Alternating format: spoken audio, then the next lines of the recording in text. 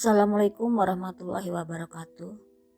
Hai semua, kembali lagi dengan saya di Jelajah Nonton. Pada video kali ini saya akan bercerita tentang kisah nyata yang terjadi pada Nyonya Zulkifli kepada majalah misteri. Cerita ini sangat menarik dan bagus banget ya untuk didengarkan. Baiklah, langsung aja kita simak ceritanya yang berjudul Vaginaku Membusuk Karena Santet. Begitu anak pertamaku lahir, datang penyakit aneh menyerang vaginaku. Setiap kali melakukan hubungan intim dengan suami, bau busuk keluar menyengat hidung. Padahal aku sudah pergi berobat ke beberapa negara dan hasilnya nol besar. Dan di luar dugaan, ternyata aku terkena santet. Awalnya, ketika aku berhadapan dengan pertanyaan, apa kriteria perkawinan harmonis? Aku tidak mampu menjawab. Masalahnya, bukan saja karena aku tidak tahu apa yang dinamakan pernikahan harmonis, tapi juga aku buta sama sekali yang namanya harmonis itu. Pikirku, jangankan mengukur keluarga lain yang termasuk kategori harmonis, mengukur keluarga sendiri pun aku tidak bisa. Aku selalu bertanya-tanya dalam hati, harmoniskah perkawinanku dengan Mas Jul? Dari satu sisi, Mas Jul tidak pernah menyeleweng. Jangankan mengkhianati cinta kami, untuk melirik wanita lain pun tak pernah dilakukannya. Aku pun begitu. Sejak menikah dengan Mas Jul, tak pernah secuil pun aku berpikir tentang laki-laki lain. Jangankan memiliki the other man, memandang dalam pada laki-laki lain pun aku tidak pernah. Aku sangat setia pada laki-laki suamiku, Mas Zulkifli tercinta. Begitu pula dengan Mas Jul. Laki-laki yang jadi suamiku sejak tahun 80-an lalu itu sangat setia dan menghargai lembaga perkawinan yang kami masuki. Berbeda dengan kebanyakan pengusaha sekelas lain yang punya night life, Mas Jul tidak memiliki soal itu. Setiap kali pulang kerja dia selalu berada di rumah. Selain memanjakan aku, Mas Jul juga sangat memanjakan Ika, anak tunggal kami. Jika ada waktu luang, Mas Jul membawa kami ke tempat rekreasi dan mal-mal untuk belanja. 100% penghasilannya dikucurkannya buat kami. Dia tidak suka ke bar seperti mitra bisnisnya yang lain, walau untuk alasan entertain sekalipun. Kalau saya perlu berbuat entertain bagi mitra bisnis, saya suruh Pak Imam, wakil dirut, mewakili saya, kata Mas Jul.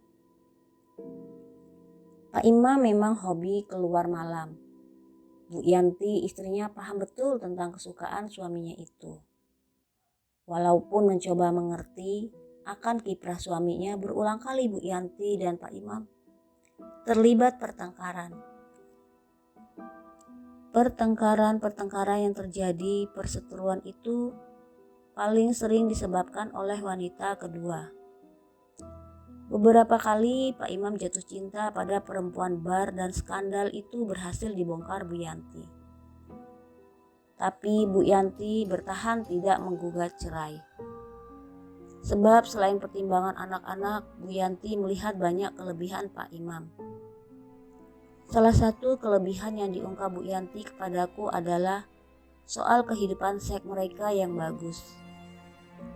Sebelum saya menikah dengan Mas Imam, saya tidur dengan beberapa laki-laki. Tapi sejauh itu tidak ada yang membuat saya puas.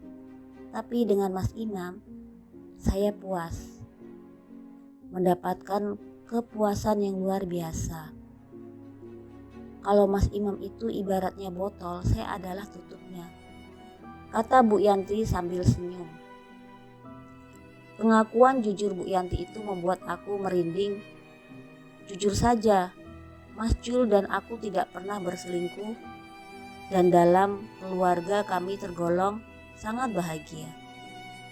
Tapi dalam hal harmonis perkawinan kami terpuruk, terutama dalam hal seks. Kami tidak seperti Bu Yanti dan Pak Imam. Seks kami sangat merana.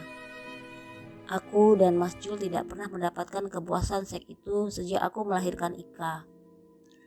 Aku tak bisa lagi menikmati hubungan ranjang dan sekali Mas Jul mencumbu vaginaku pedih, perih dan sakitnya luar biasa. Lain dari hal itu, dari vaginaku keluar bau yang tidak sedap. Bukan saja becek dan licin, tapi juga mengeluarkan bau seperti bangkai binatang yang sangat menusuk hidung. Mas Jul sangat terganggu, begitupun aku. Maka tak aneh jika kami sama-sama tidak pernah lagi mencapai puncak kenikmatan orgasmus. Berdasarkan saran seorang dokter kandungan, aku berobat ke Medical Center Bondi, Sydney, Australia. Di sana aku meminum dan memakan obat-obatan yang bisa mengharumkan vagina. Lain dari itu, aku diberi pula pengobatan dari luar berbentuk krim yang bisa melunturkan keputihan dan berbau sangat harum. Selama 2 hari aku berhasil menghilangkan rasa bau yang tak sedap itu. Tapi setelah berhubungan intim dengan Mas Jul, bau itu kembali lagi keluar. Kali ini bahkan semakin menyengat. Tim Medical Center di tepi laut Sydney itu bingung. Mereka biasa menangani wanita berpenyakit vagina seperti aku, tapi tidak pernah seaneh diriku. 100% pasien kami sembuh total, tapi ibu tidak demikian. Dengan begitu, kredibilitas Medical Center ini mulai terganggu. Bukan lagi 100%. Pasien sembuh, tapi jadi 99,9%. Kredibilitas kami ini menurun karena ibu tak berhasil kami obati. Cetus seorang manajer Medical Center itu pada kami. Singkat cerita, aku gagal berobat ke Australia. Untuk itu aku dan Mas Jul terbang ke Amerika. Ada satu medical center handal dan terkenal di Las Vegas, di kota judi daerah dekat jantung kota Los Angeles, San Francisco. Aku berobat. Seperti juga di Bondi, Sydney, hasilnya juga nihil. Hanya 2-3 hari bertahan, setelah itu hancur lagi. Setelah kami melakukan hubungan intim, bau itu kembali menyengat dan semakin bau. Di Singapura pun kami berobat. Aku dimasukkan ke rumah sakit Mount Elizabeth. Di negara tetangga itu juga aku gagal. Penyakit itu tak kunjung sembuh. Kali ini malah lebih parah. Jangankan dapat kesembuhan, vaginaku malah makin parah. Sesampainya di tanah air tahun 1989, aku berkenalan dengan seorang wanita eksklusif asal Padang. Wanita ini bercerita pernah menderita penyakit yang sama denganku. Setelah berobat kemana-mana tidak sembuh, dia mendatangi seorang paranormal. Dari ahli kebatinan itu didapat solusi bahwa si ibu menderita serangan santet vagina. Dengan sugesti yang kuat, aku dibawa oleh ibu eksekutif itu ke sang paranormal. Di sana aku diobati.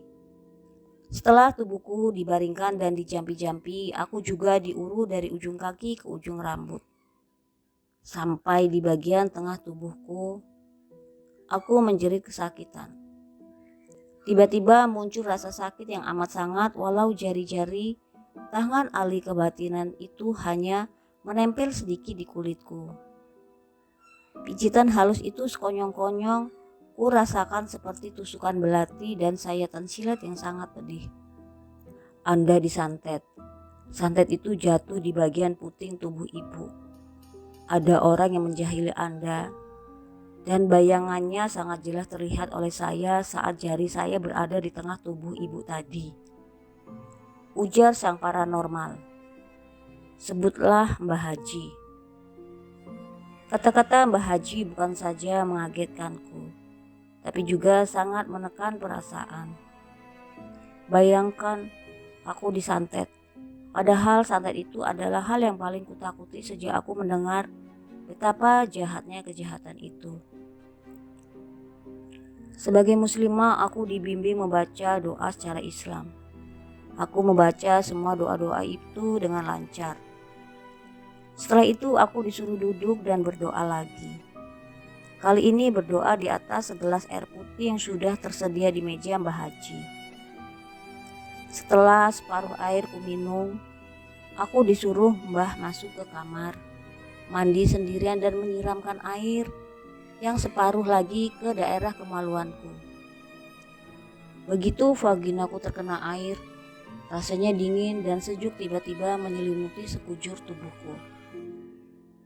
Ibarat bara yang panas, tubuhku sekonyong-konyong jadi sejuk dan dingin karena air. Setelah proses itu, malam harinya usai sholat tahajud sesuai saran Mbah Haji, datang rangsangan yang luar biasa di bagian vital tubuhku. Hal itu tak pernah kurasakan lagi sejak lahirnya Ika, anak tunggal kami. Mas Jul yang sedang terlelap kubangunkan. Ku ajak Mas Jul bercumbu. Ajaibnya lagi, Mas Jul yang sulit terangsang selama ini tiba-tiba cepat bangkit. Suamiku itu tiba-tiba jadi gagah. Malam itu Mas Jul bukan saja perkasa, tapi juga sangat jantan. Malam itu kami benar-benar menikmati harmoni di dalam hubungan seks. Sejak itu hubungan ranjang kami yang terpuruk bertahun-tahun bangkit lagi dengan gemilang. Kami melakukan hubungan itu dengan periode yang cepat. Walau dulu sekali seminggu, kini jadi 3 kali dalam seminggu. Gambaran Bu Yanti tentang tutup dan botol yang pernah ku dengar benar-benar ku alami hingga kini. Kami benar-benar menikmati hubungan ranjang. Kali ini bukan cuma harmoni cinta dan keluarga yang kuraih, tapi satu hal yang tersisih pun kami raih lagi, yaitu harmoni seksualitas yang begitu indah. Seks yang indah adalah karunia Tuhan yang begitu besar untuk kita. Apa yang telah hilang dalam perkawinan kita kini telah kita temukan lagi, kata Mas Jul. Mbah Haji yang secara gemilang menyembuhkan penyakit misteriusku bukan saja jadi penasihat spiritualku, tapi kini jadi sahabat kami.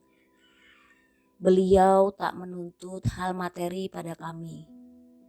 Semua itu dilakukannya dengan ikhlas dan tulus. Kebahagiaannya adalah bisa menolong sesama. Beliau cukup berbahagia bila melihat pasien yang ditanganinya berhasil sembuh. Walau dengan berat hati, tapi Mbah Haji melukiskan dengan jelas padaku siapa yang melakukan santet vagina yang jahat itu padaku. Tapi ibu dendam pun tidak boleh. Jangan menuntut balas. Ibu harus baik-baik dan tetap baik padanya, saran Mbah Haji. Setelah disebut gambaran dan nama penyantet itu, aku terperangah. Aku kaget setengah mati setelah mengetahui sosok yang disebutkan Mbah Haji itu. Penyantet yang jahat itu tidak lain adalah Bu Yanti sendiri. Seorang wanita yang diam-diam menyenangi Mas Jul dan tidak ingin kami harmonis. Penyantet itu ternyata tidak jauh, istri bawahan suamiku sendiri. Seorang istri dari wakil dirut, wakil suamiku di perusahaan. Bu Yanti yang mengaku banyak tidur dengan laki-laki sebelum bersuami istri dengan Pak Imam, rupanya hingga sekarang tetap berpetualang asmara di luar suami. Tutup dan botol yang dimaksud ternyata bukan soal seks yang harmonis, tapi soal hobi mereka yang sama-sama suka berpetualang dengan orang ketiga. Hingga sekarang Bu Yanti hobi tidur dengan beberapa laki-laki. Diam-diam ternyata dia hiperseks. Dengan kecantikan dan kepintarannya bicara, dia berhasil menjerat banyak pria ganteng. Tapi dengan suamiku dia tidak pernah berhasil. Untuk itu dia bikin santet yang jahat. Aku mengucap puji syukur yang dalam, alhamdulillah aku punya suami yang memiliki iman yang kuat. Secara terbuka, Mas Jul menggambarkan gamblang. Beberapa kali Bu Yanti berusaha untuk menjebaknya. Tapi semua upayanya itu gagal. Bagi saya tidak ada wanita yang bisa melebihimu. Kita boleh rapuh, tapi cinta dan kesetiaan saya boleh diuji.